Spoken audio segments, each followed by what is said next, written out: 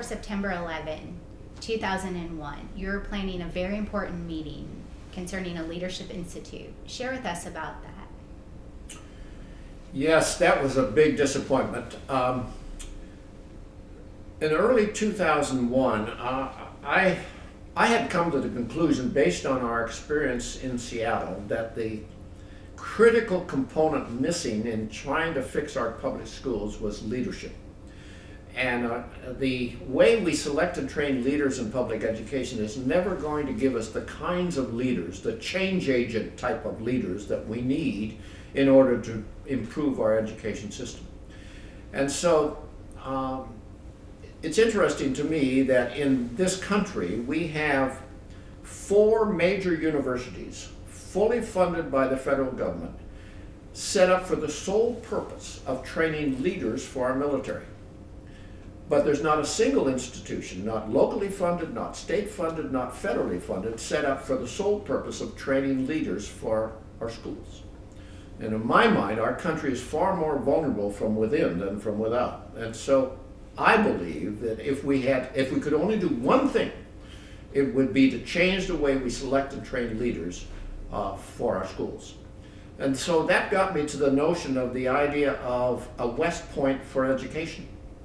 And the concept was to create an institute that would be probably a 2-year institute. It would be an institute much like an MBA program, where you take highly qualified people and you put them through extensive training in leadership and change agents and changing organizations, et cetera, et cetera.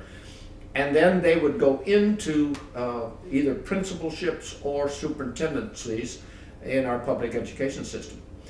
And while I was on the school board, John Stanford, our then superintendent, and I got to know a guy named Rod Page. And Rod Page, at the time we were in Seattle, he was then the superintendent of Houston. And Houston was also on a roll. Seattle and Houston became the 2 major districts in the United States, getting lots of press coverage because of the changes we were making in our system. And so we got to know Rod, and I got to know Rod pretty well. And subsequent to that relationship being established, George Bush, the second president, George W. Bush, was elected president, and he knew Rod from Texas. Rod was Houston's superintendent, and Bush selected Rod Page to become Secretary of Education. And so Rod moved from Houston to Washington, D.C.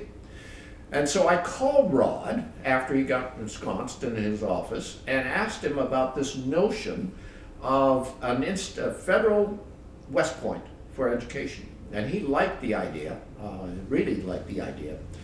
And so we talked about putting together a meeting, and he said, let's do it in my office, we'll do it in my boardroom, and you put together as many people as you want that you think should be there, and I'll give you a few names as well.